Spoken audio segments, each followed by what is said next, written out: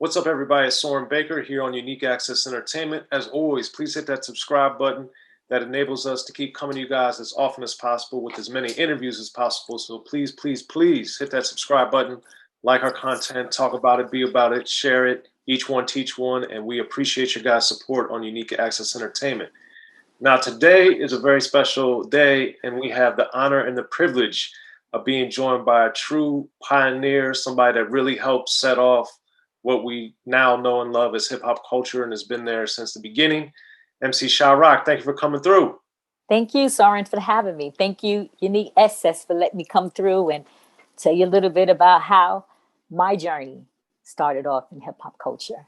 Yeah, well, it's a magnificent one. And one of the things I wanted to get from you that I've heard about, but I'd never seen, at least I hadn't seen you talk much about, was and get the true story of this is, were you also like really big into, you really started off as a B-girl? Is that true? Mm-hmm. Or Yes.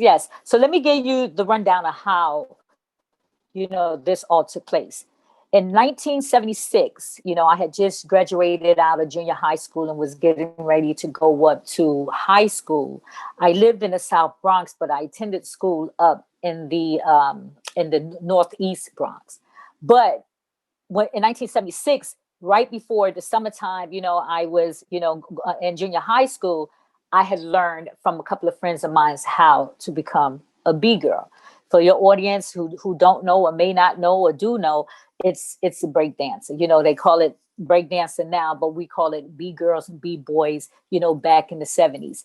And so once I learned, I had started to go all over the Southeast Bronx, Northeast Bronx, because it was basically hip hop culture. And it wasn't really called hip hop culture at that time. It was just called the jams. And so I would travel with a lot of my friends all across the South Bronx, Northeast Bronx, Southeast Bronx, all over. Because when I started, it was mostly contained to the South Bronx. The B-girls and the B-boys was mostly contained, to the South Bronx. And so what I did was I traveled, all over, and I became that nomadic B-girl, which as a B-girl and a B-boy, you knew who was out there. You knew who were the MCs. You knew who were the DJs. You knew who were the B-girls, and you knew who were the B-boys, especially if you was that nomadic B-girl and B-boy that would travel around, all over the Southeast and Northeast and the South Bronx just to hear those break beats. And so we basically knew who everybody was, back then, if you was that nomadic B-girl or B-boy that traveled around. So, I wasn't contained as a B-girl to just one specific area in the Bronx. I traveled all over. So I knew a lot of the prolific, or the B-girls and B-boys that was really on the scene and that was making a name for themselves at the time. And this started for me in 1976. wow. And yes, what initially drew you to dance in general? Well, the thing is that I've always loved to dance. It was just that the ambiance, everything that was going on in the Bronx at that time. I mean, you had crooked politicians, you had people that were, not really looking out, the people that had the ability to look out for the average young teenager at that time. They weren't doing nothing. We didn't have no hope. And at that time, you don't look at it as you was in an area where you really didn't have anything. Only thing you knew was what was there in your face. And so that's what drew me to becoming a B-girl, because of the whole ambiance, of the South Bronx. That was like a lifesaver for me, especially being a young teenager, in New York City at that time, because we had little or no resources.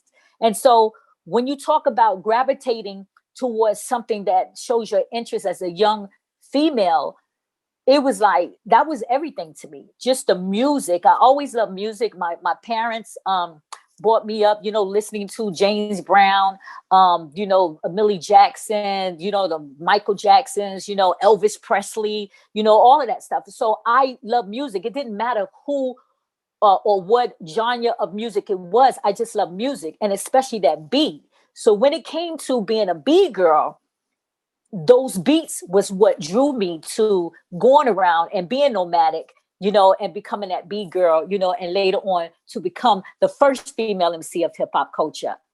And we'll get to that.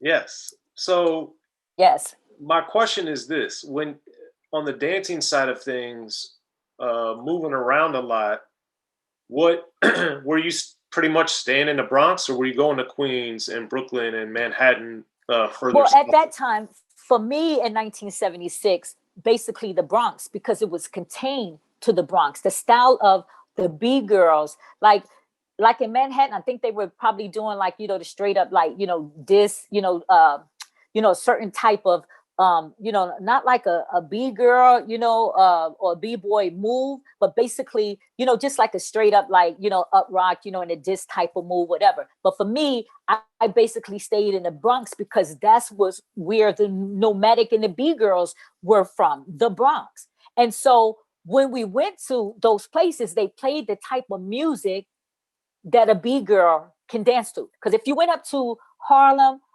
and it was one specific place that people were going like in 73 in Harlem, but that wasn't the era ever that I came in. What I knew for hip hop culture and the type of music that was playing at the time that solidified the songs that represented the B girl and B boy, for me, it kicked off really in 76, and so I basically just went around to every part of the Bronx that you could imagine that had a jam by word of mouth, and just went and just break dance, with a couple of my friends, that I knew that was out there.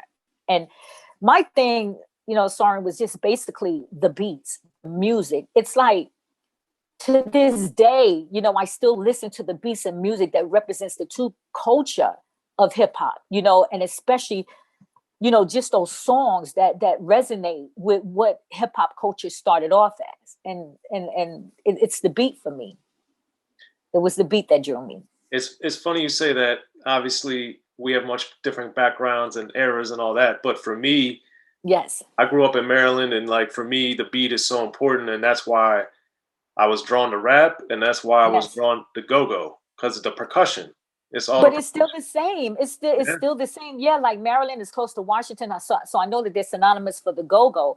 But for us, when I became that MC, we traveled to Maryland and Washington and all that stuff, especially with hip hop, and learned to sort of kind of respect the go-go aspect, of the culture, because it was still a part, of that culture when you really look at it. Absolutely. So for you, I wanted to get what, given your B girl styles and everything like that, how, when, and why did you say, I want to write rhymes? Like, what happened? Like, how did that happen? Okay, so 1976 for me, a B girl. So I'm going up to school. I'm like sort of right before springtime. Right before springtime is when I became a B girl in 76. But by September, I went up to uptown. I started to go into school uptown in the Southeast Bronx. So I went to a high school that was called Evander High School.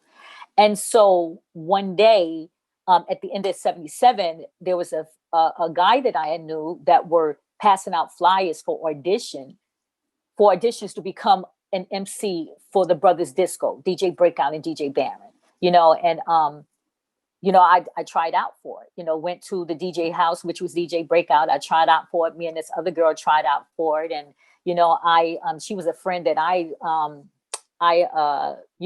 sort of kind of, came across her when I was going to school in Evander, which is uptown Bronx. And so we both went for the audition, but the thing is that she started dating the DJ, and I was persistent with becoming that MC, and so that's how it happened for me. And so when that happened at the end of 77, what I did was became the first female MC, right? Because I was a part of a group that later on became the Funky Four. Now, when you talk about me being the first female MC, the Funky Four wasn't really formed yet. So it was me, KK Rockwell that was a part of the group, and Keith Keith. And then we had the battles, and, within a couple of months, after I joined, then we brought in Raheem from Grandmaster Flash and the Furious Five. And so we became the Funky Four. And so that's how I became not only the first female MC, but the first female MC, a part of an all-male group. And that's how that went down. And so with that said, Soren, with me becoming the first female MC of an all-male group, you had many different groups that were trying to come up, on the scenes in the Bronx. And so what they basically did was try to formulate, the code, and the ingredients of how the Funky Four was formed. So you had a lot of groups that were trying to put females down to be able to deal with me, because we were everywhere. The Funky Four, the group that I joined, and the Funky Four plus one, is on more flyers in the history of hip hop than anybody else, any artist, more than Grandmaster Flash and the Furious Five, any artist during the time of 1978 through 1983. We on more flyers than anybody during the history of hip hop. But you don't want to know that because they don't talk about that, because they don't know. So most people that was there, they know, but we have the flyers to prove it. And some of those flyers are in the Smithsonian, Institute. Some are in upstate New York, Cornell University. They bought a lot of the flyers. And then some, are just all over.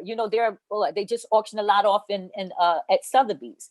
But I have a lot too. And so I can show that for me, for a female, I'm on more hip hop flyers than any females in the history of hip hop, from the onset of hip hop, from 78 to 1983. Talk about the receipts. I got the receipts. Yo, let me tell you, sorry, I got the receipts. Not only the flyers, I have cassette tapes from 1978. I have video footage, So if any person, I know that, over the years, if people don't hear your story, then they don't know your story. But see, with me, I'm not one that just write about it or talk about it. I lived it. Not only that, too, I can prove it. I can prove it through flyers. I could prove it through word of mouth. I could prove it through video footage, audio footage that no other person have to show. They can say they were there before Sha-Rock. And over the years, people would change the story up to fit their narrative, but no one could prove it. I can. Be sure to check out the History of Gangster Rap by Soren Baker. He's official. History of Gangster Rap features exclusive interviews with Ice-T, Snoop Dogg, MC Ren, the D.O.C, and dozens of others. The History of Gangster Rap, a definitive look at how Los Angeles changed rap forever. In Los Angeles, the streets definitely set the tone of the hip-hop music. At 19, I got a $50,000 car. My whole angle always was, I'll be street, but I will always tell you the horrors that go along with this life. There will be penalties and casualties for just wearing the wrong color in somebody's neighborhood. And once gangster rap made it from the streets to the TV, the genre exploded. With Fab 5 on Yo MTV Raps with NWA. Yo MTV, it just catapulted us from being local heroes to national gangbang rappers. The History of Gangster Rap discusses it all from 1980 up till today. It's always gonna be shit happening in the streets. You know what I mean? So it's always gonna be something to talk about. The History of Gangster Rap in stores now.